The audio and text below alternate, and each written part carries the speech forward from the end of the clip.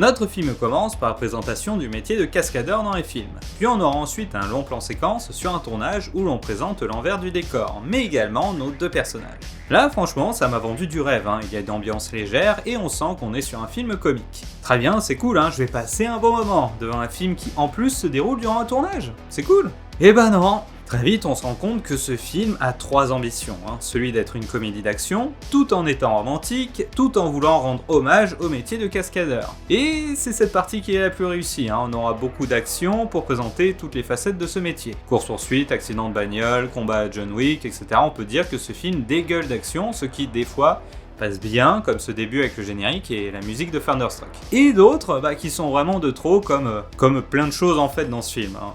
Ça dégueule sans arrêt de trop longues phrases, de trop longues scènes d'action qui ont tendance à stopper le film inutilement. Et si encore on y apprenait des choses sur le métier, tu vois, je dirais oui, pas de souci. Mais ici par exemple, il se prépare pour l'accident de voiture. Et pour faire se retourner une voiture, en général on utilise soit un tremplin, soit un piston qui vient taper l'arrêt de la voiture et la fait décoller. Donc le fonctionnement d'un piston, tout simplement vous avez un piston qu'on met à l'arrière de la bagnole et qui vient taper le sol pour pousser l'arrière de la voiture en hauteur comme ça et faire en sorte qu'elle puisse faire des tonneaux. C'est ce qu'ils ont fait pour Casino Royale, car sans piston, ils ont juste réussi à détruire 2 Aston Martin car ils ne voulaient pas se retourner.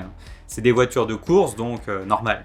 Ce n'est qu'avec la troisième voiture et avec le fameux piston que ça a réussi. Si je vous en parle, c'est que le record mondial du nombre de tonneaux par une voiture assistée d'un piston était de 7 pour Casino Royale, et là ça a été battu dans cette scène avec 8 tonneaux. Donc on peut littéralement dire que ce film restera dans les annales, et pas uniquement dans votre postérieur, car ils ont battu le record. Ici j'aurais aimé qu'ils expliquent que le bouton rouge ici actionne le piston. C'est bien de présenter un métier, mais vous pouvez aller plus loin pour apprendre des choses aux spectateurs par exemple. D'ailleurs on y voit ici le trou par lequel le piston sort. Tout comme ici, il y aura toute une séquence beaucoup trop longue où ils font sans arrêt des prises et où entre les prises, elle lui dit ses 4 vérités. Alors merci, mais c'est trop long puisque je sais déjà comment ça va se finir entre vous. C'est également totalement irréaliste qu'on mette un tournage en pause pour s'engueuler et qu'en plus on refasse la prise plusieurs fois juste parce qu'elle a envie de te faire souffrir. Non mais il y a un minimum, quand t'es réel, ton ennemi c'est le temps. Tout le temps que tu perds là, c'est des scènes en plus que tu pourras pas tourner. Et pareil, un cascadeur à qui on met le feu aura forcément un masque de protection, ils sont pas débiles non plus. Oui, c'est du détail et j'aurais rien dit si c'était un autre film.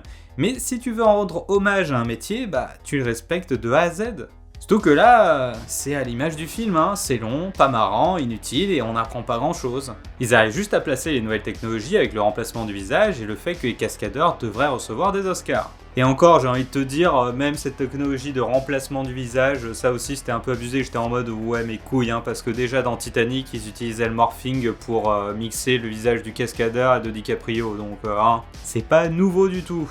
Donc sur l'aspect hommage au métier, je dirais 50-50. Niveau scénar, c'est l'histoire d'un cascadeur qui revient dans le métier et qui se met à la recherche de la star pour qui il fait des cascades. Moi je dis pourquoi pas, il y a une bonne base de scénar, moi j'aime l'idée. Mais ils ont voulu rajouter toute une partie romantique avec elle qui franchement dessert totalement tout. Leur histoire est tellement, mais alors tellement téléphonée que ça détruit tout le reste. À chaque fois que le film réussit à avancer un peu, on place une scène longue et chiante avec elle. Il y a ce long, très long discours qui fait cliché, mais c'est encore pire car à chaque fois, dès qu'elle apparaît, le film cale. Je te jure, dès qu'il est seul, ça va. Bon, il y a trop de scènes d'action, c'est bourré de refs à d'autres films, qui pour la plupart sont bourrés dans le scénar pour obligation. Mais globalement, ça va, on avance un peu dans le scénar. Mais dès qu'elle est là, tu sais que c'est fichu, C'est niais, cliché, ça marche pas, et je sais exactement comment ça va se finir entre eux.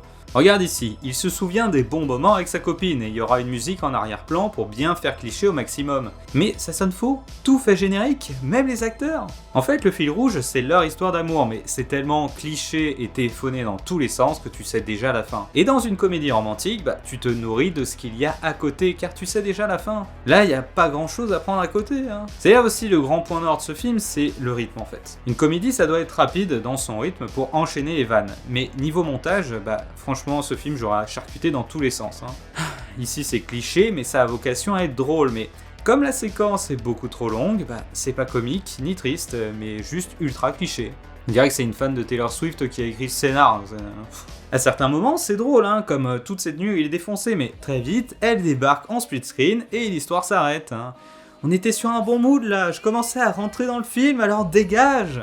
Enfin pour moi leur discussion à chaque fois concernant l'histoire des persos qui est en pointillé, leur histoire qu'ils se racontent, ben je trouve ça ni marrant, ouais 2 fois, ni intéressant et ni comique. Ouais, j'ai dit ni marrant 2 fois parce que c'était vraiment pas marrant.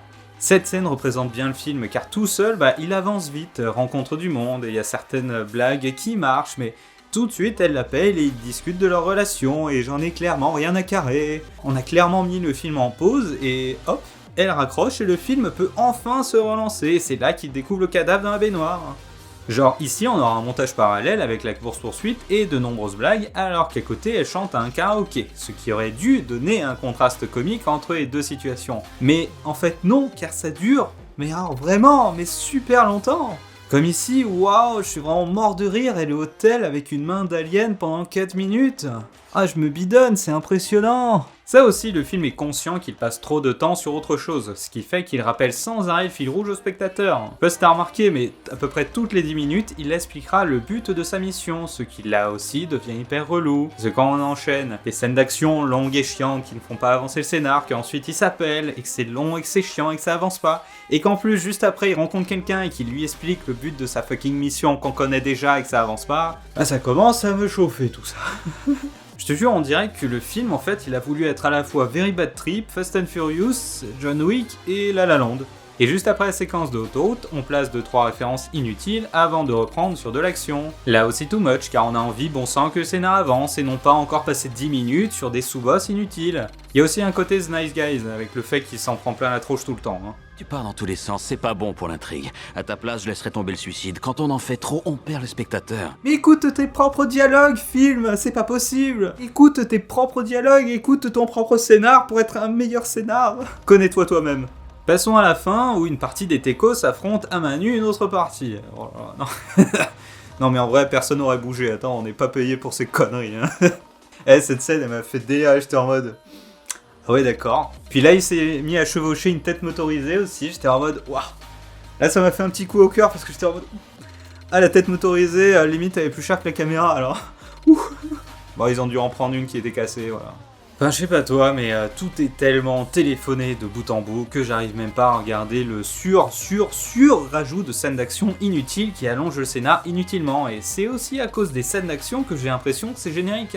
Il y en a absolument une minimum toutes les 5 minutes, c'est insupportable. Comme ici, on a deviné depuis le début que c'était lui sous le costume, alors pourquoi on passe 2 minutes comme ça, où tu en prends plein la tête, franchement, mais faites avancer ce film, bordel. Puis on va rajouter une petite morale, où on va passer 5 minutes à lui dire que même si c'est une femme, elle a du talent, elle sera une grande réalisatrice, oh là là, je sais pas pourquoi Hollywood est devenu un faiseur de morale comme ça. Essaye de réussir ton film avant de la ramener sur des sujets de société, surtout que t'as été réalisé par un mec qui a adapté le scénar d'un autre mec, donc ta morale, Voilà.